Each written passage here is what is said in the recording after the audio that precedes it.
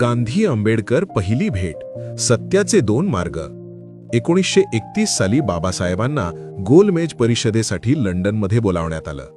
हे भारताच्या भविष्यासाठीचं ऐतिहासिक वळण होतं. त्याच वेळी महात्मा गांधी लंडनमध्ये होते. त्यांना समजलं की अस्पृश्यांच्या प्रश्नावर बोलायला आंबेडकरही आले आहेत. गांधींनी लगेच बाबासाहेबांना भेटायची इच्छा व्यक्त केली. त्या दिवसाची दृश्य आजही जिवंत वाटतात. लंडनमधील एका छोट्या खोलीत दोन मोठ्या विचारांचे दोन महामानव समोरासमोर बसले. गांधींनी सौम्य हसत विचारलं, तुम्हाला माझ्याबद्दल काय वाटतं? बाबासाहेबांनी शांतपणे, कोणतीही भीती न बाळगता उत्तर दिलं, मी तुमचा राजकीय कार्यक्रम मान्य करत नाही, कारण तो माझ्या समाजाचं दुःख संपवण्यास पुरेसा नाही.